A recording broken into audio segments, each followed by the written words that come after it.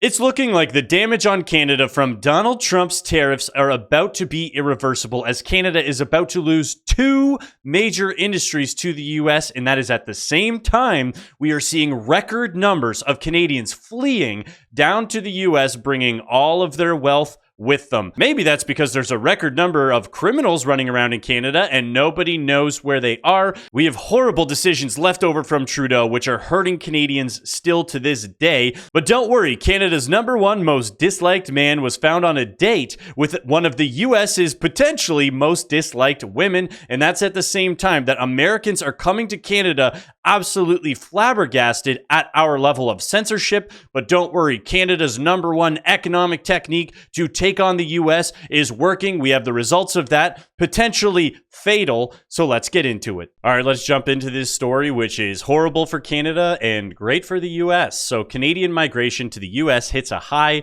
with rising capital flight.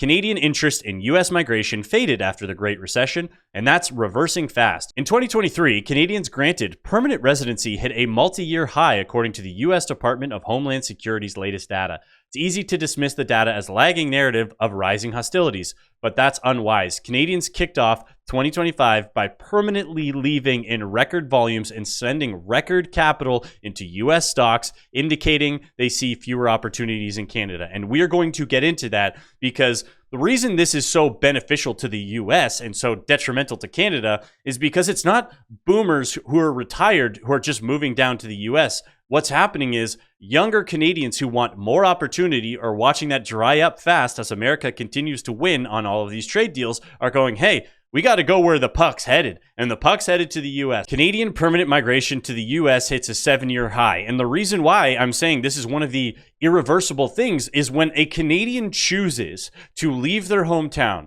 to leave their career, leave their family, and make the move down to the U.S., that's a long-term decision. Nobody's planning on doing that for 6 months. They say, look, my outlook on the future on how Canada's going is not great. Canadians granted permanent residency in the US has been steadily climbing in recent years. The latest data shows 18,590 Canadians were granted residency in 2023, up 34% from a year prior, and following an already 16% increase in 2022. This marks the highest level since 2016.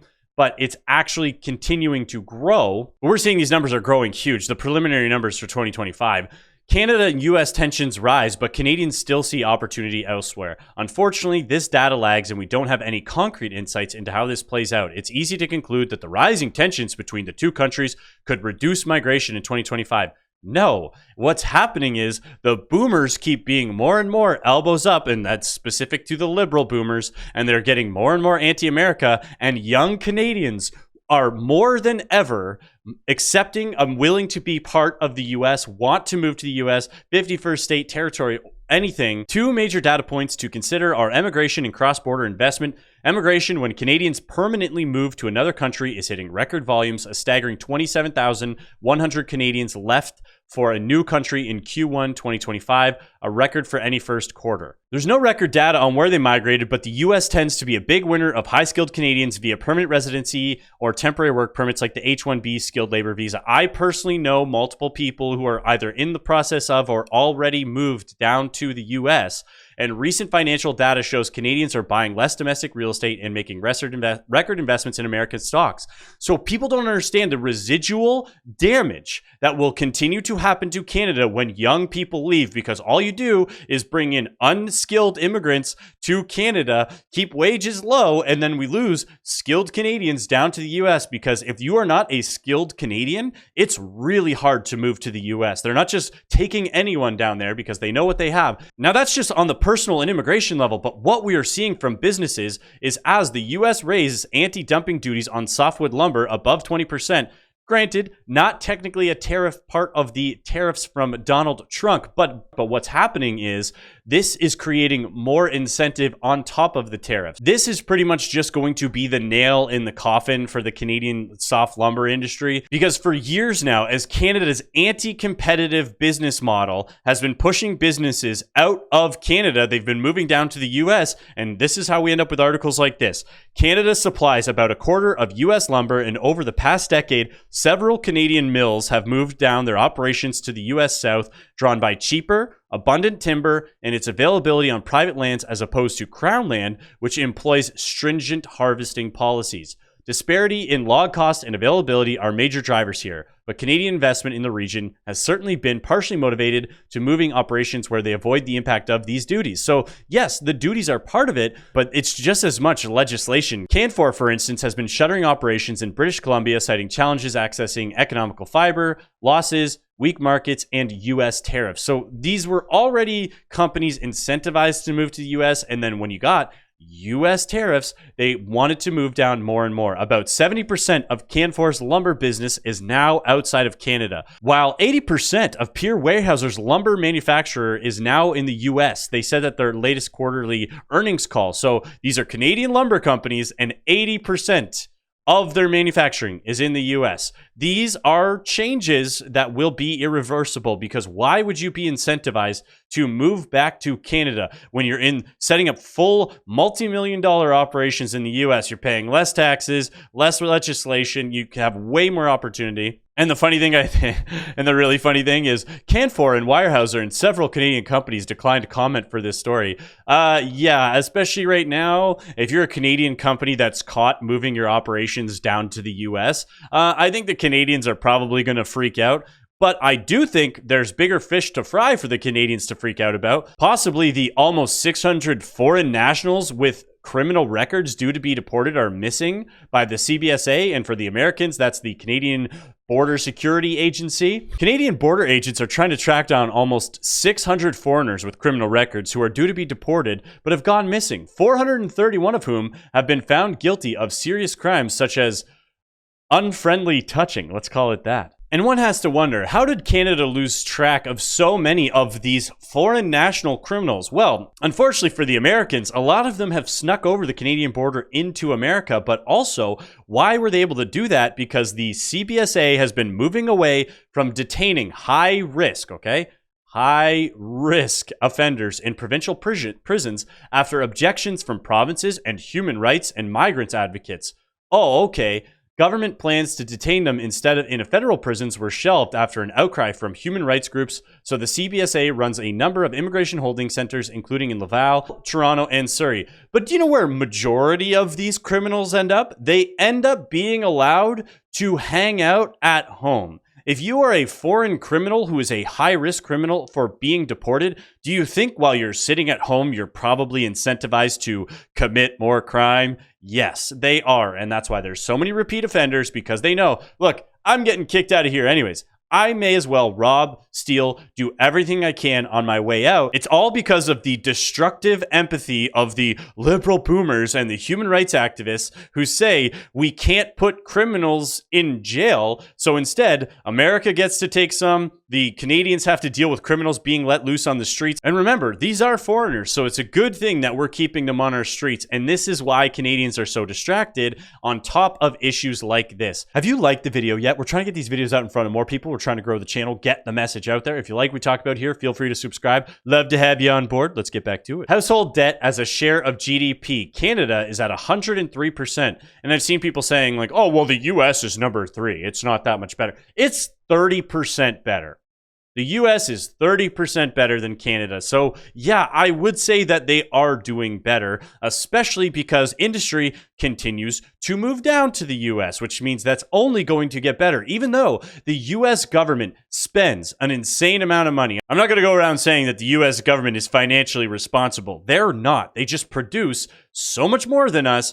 So these numbers look better for the Americans, and America becomes more affordable for the average person compared to Canada. And that's why we continue to lose our educated immigrants, which are the ones who we actually want from an immigration perspective. And then, yes, natural Canadians who are moving down with all their wealth, including, like we just saw, the lumber industry. But as we get these major announcements that the US LNG producers stocks climb as EU agrees to $750 billion in energy purchases, these were long-term deals that Canada had the opportunity to compete for years ago. There's nothing that Canada can do to catch up now because Americans have been knowing, yes, we need to unleash our LNG production. What did Trudeau have to say about that? Well, Trudeau, when he was in power, said Trudeau has ensured there's no business case for oil and gas. That's $750 billion in energy purchases. So it sounds like there is a bit of a business case because that's only the EU. And at the time,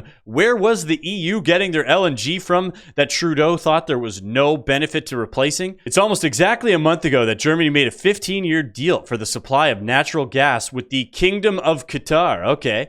Qatar was not Germany's first choice. Oh, I wonder who would have been. Maybe Canada, had we been able to produce? Readers will recall that the Germany Chancellor Olaf Scholz made a special trip to Canada, hoping, as a Reuters news report put it, that a democratic G7 ally would one day ship to his country liquefied natural gas to replace the Russian gas imports. Well, guess what? Looks like he got his wish, but it turns out it's going to be the United States who's going to be supplying Europe and not Canada. So yes, we lose investment, we lose production, we lose productivity. And again, you got to give credit to America here. You got to give credit to Trump because they are making themselves an area that countries want to work with and invest with. And that's why money continues to flood there. We know also that the great potential for natural gas in Canada is and has been for some time effectively under an overseas embargo from the lack of pipelines to ship it from Alberta to both East and West Coast ports. The federal obsession with its global warming ambitions has effectively put the block to the development of oil and gas and cut Canada out of any arrangements to help those European states who foolishly put their energy needs under the dictatorial thumb of Vladimir Putin.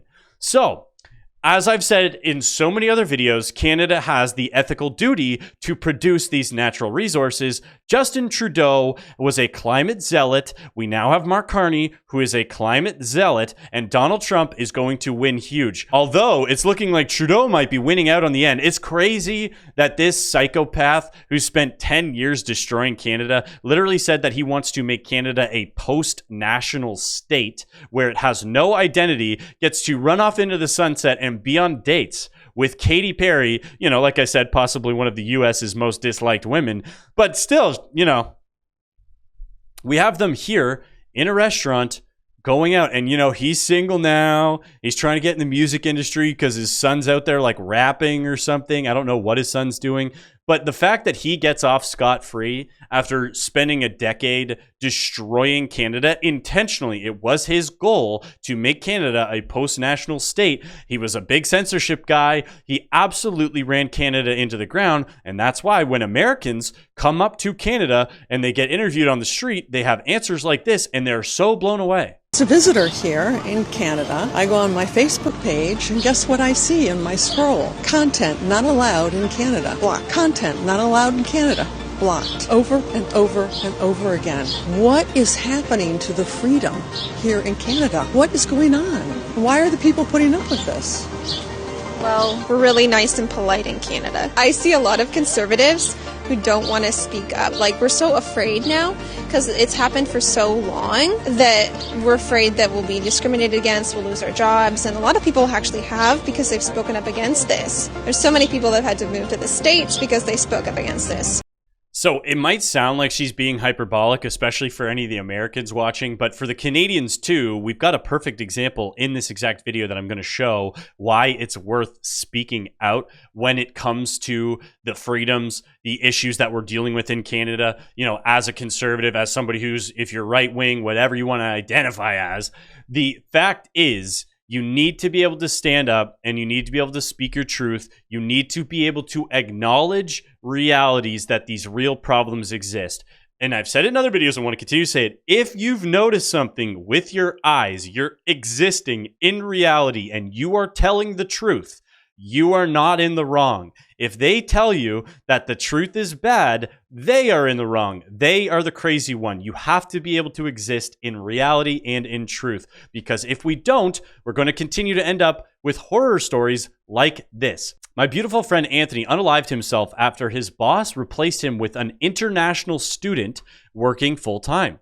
Anthony spent hours each day applying for jobs for 6 months after graduation before finally landing his job. He sent about 300 applications and only heard back from a handful. Anthony later learned from his friends who worked at the companies that rejected him that those companies only post jobs ads as requirements to hire temporary foreign workers. Anthony couldn't take it anymore when he was asked to train his replacement. Rest in peace, my friend. And this is true. I also think these corporations need to be held accountable for multiple things. One, if you're posting ghost jobs so that it looks like your company's doing well, you need to get fined for that because so many people are applying, and it's also hurting the overall numbers when they go, look, we've got all these jobs that we need to bring in the immigrants for. And then also, if you are using these jobs to just hire temporary foreign workers, these companies need to be fined. These corporations need to be held accountable, because if they're not, we're going to end up with stories continuing to get worse. The CNE reports record number of registrations for annual job fair amid rising youth unemployment rate.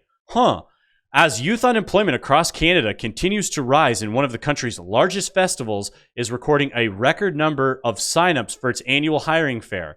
In a release issued Monday, the Canadian National Exhibit said it received a record 54,000 online applications to work at the fair this summer. The number is significantly larger than the amount of vacancies CNE is hoping to fill at the hiring event this coming Wednesday. There are 5,000 openings to work at the exhibition. The CNE says 1,000 roles have already been filled. This is after the labor force survey already showed youth unemployment hit 14.2%. And here's why we, again, need to exist in reality. 54,000 applications for 5,000 jobs. What's the number one reason we hear for why we need Operation Curry Bomb and unlimited immigration? Oh, these young people just don't want to work today.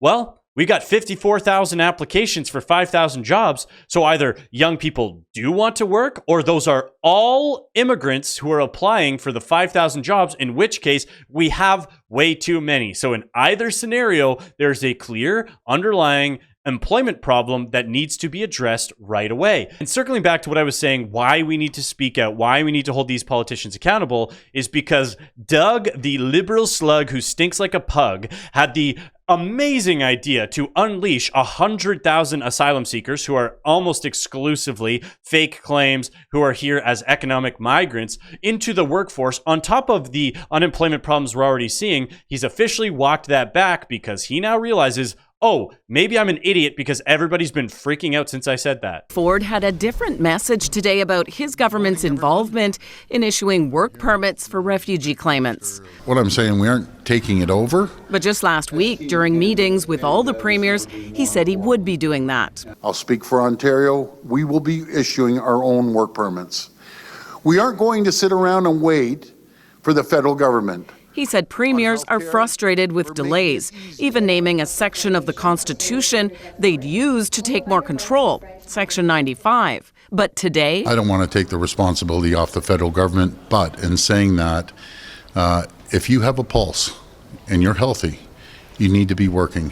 Ford says getting work permits for asylum seekers can take 2 years. A lot of these folks that are here, they want to work. We're paying them to sit around, which is crazy. He just said it himself. A lot of these people are here. They want to work. We're paying them to sit around. Then get them out of here because they're just here as economic migrants. We know that that's the case. We've seen, even from India, they have an approval rate of over 50%, and there's nothing going on in India. These people are still claiming asylum who get to stay here, which is why I think whether you're American or Canadian, it is always worth speaking out and having your voice heard, because the politicians have to listen to the people when they speak out enough. The only reason he folded is because he got the absolute worst coverage online. Everybody was freaking out. Nobody was happy with what he said. The sentiment was there. So even though Doug, the liberal slug who stinks like a pug, usually just fires from the hip, he had to go, okay, I'll back up on this one. And as we continue to lose industry to the US because of the Canadian leadership's horrible decisions, we need to make sure that they're held accountable. Otherwise, we end up with cases like Justin Trudeau, who spent 10 years destroying Canada, running off and going on dates with celebrities. If you made it this far in the video, you absolutely rock. Don't forget to like and subscribe. We're trying to get these videos out in front of more people, trying to grow the channel, get the message out there. Just in reference to the story of the guy who unalived himself, don't do that. It's never worth it. There's always opportunity out there. Canada's not done yet. Maybe there's another place you can move to. Find another solution. Don't give up. Thank you, and have a great rest of your day.